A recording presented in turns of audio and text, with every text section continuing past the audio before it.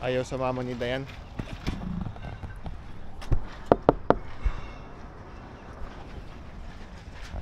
Ito yung Battle Depot guys sa may Northeast Saddle Town, Saddle Ridge sabi niya.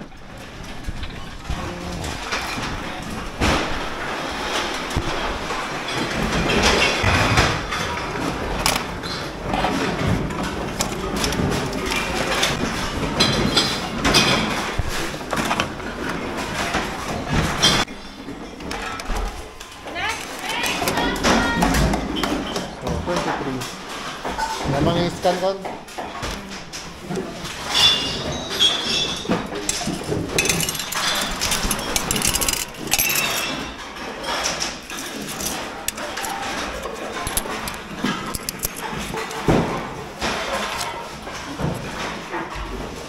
So, naka 23. Scan mo lang ate code na. Scan nyo lang yung code, tapos bibigyan na yung pera. So, nakano din tayo. $23 para sa tatlong bag. Parang $10 kada isang bag. Not bad, di ba? Naka 23 kami, babe. Pambili ng bumbong. Pwede pambili mamaya ng kain. Ah. Yung alcohol. Sanitizer. So baka nagtataka kayo kung bakit nababalik namin siya na may pera. Ano kasi guys, pag bumili kayo ng soft drinks or any drinks na ano, na nakabote, na recyclable, ano siya, meron na kayong binabayarang deposit kapag binili nyo yun. So basically, binabalik mo lang dito yung bote para maklaim mo yung deposit na binayaran mo nung binili mo yung drinks mo. Kaya ano, parang ano siya, yung typical na deposit dati babe, no? Sa Pilipinas, pag bumibili ka ng Sa soft tindahan. drinks sa tindahan, di ba? Dideposituhan mo ng 5, pag binalik mo, babalik sa'yo yung 5 pesos mo. Ganun lang din dito. So yun, pag wala kami magawa din dito sa Canada, no, maganda rin na ano, mag-ikot-ikot kayo sa mga communities, lalo na kapag garbage day. Yung recycling bin day, yung kulay blue ba yun? Blue, no?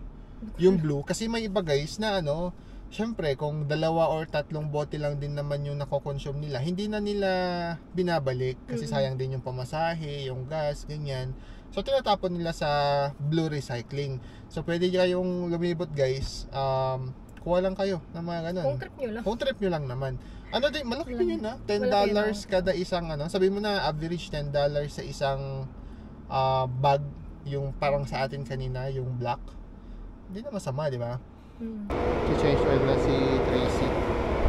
Chine-check na lang nila yung mga kilometers and everything. Kasama ko. Easy. 30 to 45 minutes daw. Hintayin na natin. Hintayin na natin.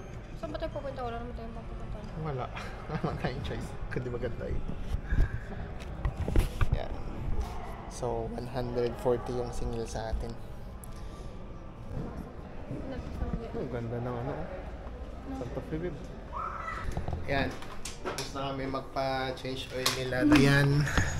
Yung bill namin ngayon, umabot siya ng 130. Kung paano ba yung sinabi kanina? Sabi kanina 140.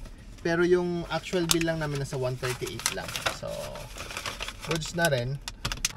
Yan, bago tayo pumunta ng Cross Iron, yan, naisipan lang muna namin nila din mag food trip dito sa ano, New Horizon Mall. Meron kasing ano guys ito, Filipino restaurant na masarap yung luto nila. Parang ano siya, karinderya na turo-turo. Turo-turo yung ganun babe, di ba?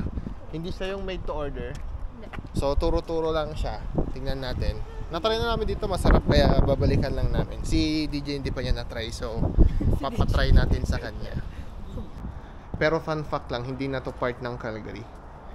Ano na to? Rocky View County. Pwede dito. Meron silang ano, garage sale. Ito yung Horizon Mall guys, oh. Parang ano to. Yung itsura nito parang Divisoria, no? Babe, no? Yung parang stall lang siya, cubicles lang. Tapos may mga small businesses diyan. May mga Pinoy businesses dito, babe, di ba? Kasi yung pinagpapagupitan ko dito siya nakapwesto, si Kuya Joseph. Dito na siya, Rev's Barbershop. Actually makikita nyo dito. Dito siya na area. Tapos yung kakainan natin, Pilipino din yung may-ari nun. Meron na yung mga nagbebenta ng LV. Mga bags. Oh, meron din yung Pinoy na nanakawan, di ba? So, nung 2 weeks or 3 weeks ago yata yun, merong nanakawan dito na ano, Pinoy shop. Nabebenta siya ng mga branded bags. Tapos nilooban siya. Ano yun eh, parang targeted babe, no? Kasi nakita sa CCTV, ano eh, alam nila yung kukunin nila dun sa mismong pwesto. And madaling araw siya nangyari. Itong heaven to para sa mga bata eh, no? Kaya nga. So, yan. Meron silang malaking indoor playground. Actually, back to back to. Ito yung mas malalaking bata. Tapos doon sa kabila doon, yung may mas maliliit. May mga toddlers na lang. So, maglaro, DJ? Wala pa daw si DJ. Libre kita. Mayat to daw uwir nun eh. Libre ah. Baka mamakera tayo. Yun pala, kanina ko pa iniisip yung pangalan nung restaurant dito or yung shop, Matty's Grill. So yan siya. Wala masyadong tao dito sa mall na to. Kunti lang, hindi gaya sa kabila, no? So yan na guys, oh. Yan na siya, oh. Matty's Grill, Asian Fusion. Tingnan natin anong benta nila.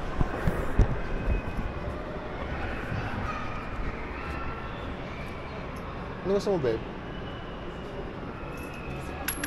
May caldereta, butter chicken, barbecue, bicol. Tapos yung isa, mix na gulay, tapos yung isa corn. So meron silang caldereta, butter chicken, lechon kawali, barbecue chicken, dinuguan, tsaka Bicol Express. Siguro ito na lang. Kung apat. Isa niya. So yun yung presyo nila guys. Set B, 14.50 ang isa. Dalawang gulay. Ay, dalawang meat, isang gulay, isang rice. Set A, 1 veggie, 1 meat, 1 rice, 11.50. Eh, yung kakainin natin guys. Oh. Barbecue, chicken, sisig, tapos dinuguan, tsaka bopis. Ay, bopis ba yun? Hindi. Bicol Express. Yan si Deno. Dami din kasi pag tatlo, babe, no? Kaya okay na yan for sharing. For sharing latan. Ganda ng ano mo, babe, ah? Gentlewoman. Guys.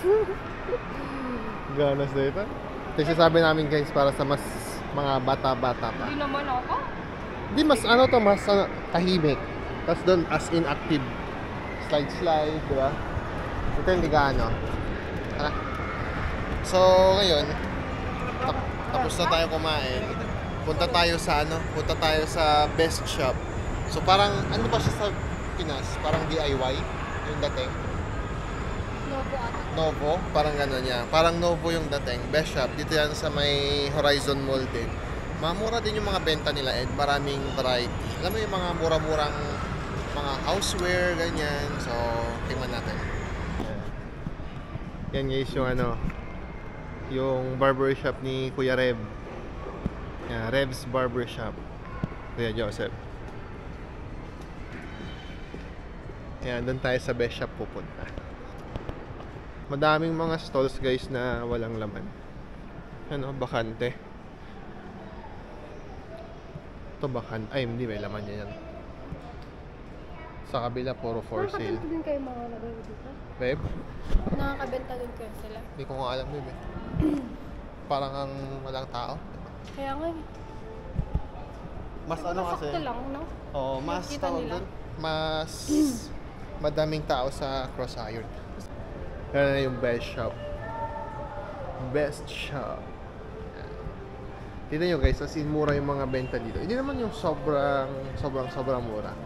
Pero mas mura siya compared sa Meron iba. din naman yung good deal, meron din. Oo. Dito namin nabili yung namin guys. Yung pinang sa samgyup namin.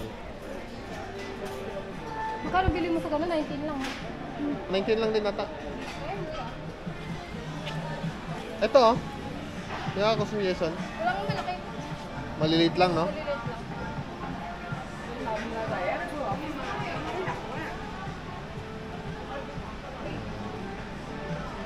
Yun na malaki, 15. Yung mga benta nila dito guys. So, kung ano-ano lang, mga weighing scale. Mura dito. Timer. Ay, timer ata to. Wala ka pa na kailangan natin. Sige, babe. Laki oh. Usong-uso to dati sa Pinas, diba? Beb, tingin mo ngayon oh. Pulo. Paano buksan to? Yun. Oh, diba? $26. Oo. So ito lang binili namin.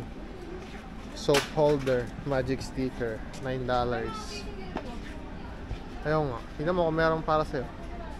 Hindi, ang dami na akong case. Yun yung dapat sasabihin ko sa'yo eh. Mukha na yung ate Dayan, no?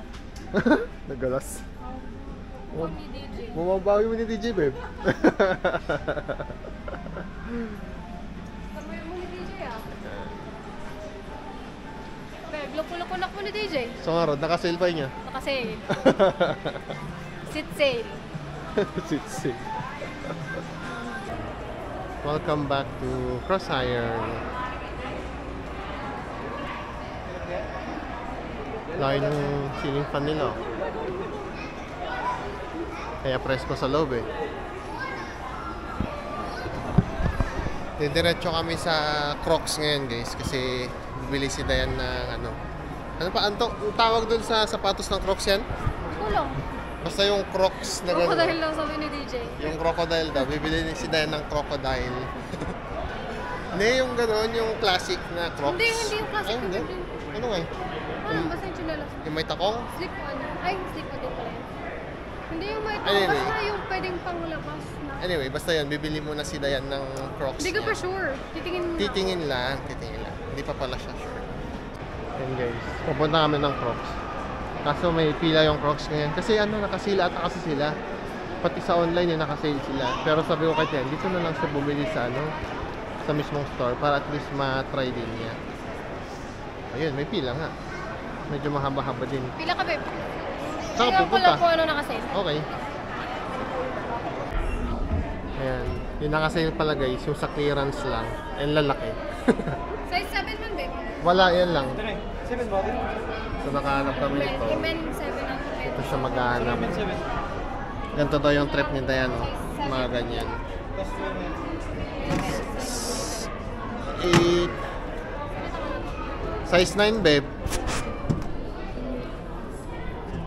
Ito yung mga Crocs nila guys, oh. $34 to. Chinelas. Thank you. So yun guys, nakabili na tayo. Paano ba ba?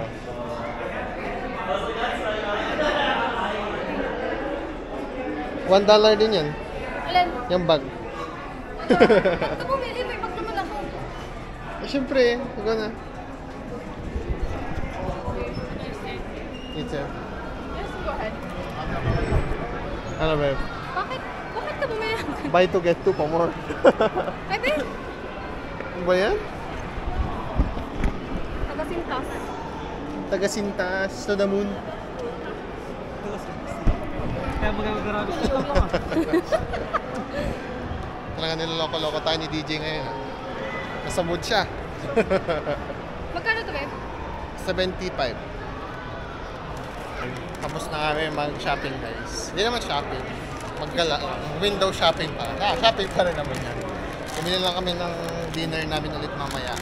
Extra dinner. Extra dito. Kasi nag-dinner na kami kanina, di ba? Pero yun kasi early dinner. Alas 6 na, tapos pagod kami. Baka magutom kami mamaya. Kaya bumili lang kami ng yum burger. Para at least pag nagutom kami. Ano yung Oo, ako parang simula nung pumunta tayo dito, hindi tayo nag-yum burger, di ba? Pero sabi nila iba daw yung lasa ng yum burger dito tsaka sa Pinas. We'll see. We'll try later. Pero yun, nakabili na kami ng kailangan naming bilhin. And lalarga na rin kami yan. Didiretso na kami yan ng bahay. Pagod na ako. Minsan-minsan lang kami maglakad ni Dayan ng ganito kahaba. So, yan. Kailangan ko magkumot mamaya. Ay, hindi ka pa ba nagamot kanina? Akala ko Kasi nung na last yung time gamot na mo. naglakad-lakad tayo. Oo, sa bagay. Bukod yung ulo ko. Oh, last week, di ba? Just kidding. So, yan lang muna for today's video, guys. Again, thank you so much for watching. This is Edwin from Dre's Canada Vlog, and this is Dayan. Sana si DJ. So, always remember to stay humble and always stay DJ. focused in yung mga goals. Ayan, ang liwanag. See you sa next vlog. Di mo pinakita si Bye-bye. DJ. Featuring DJ. Para bumay ka mo ta. Bye.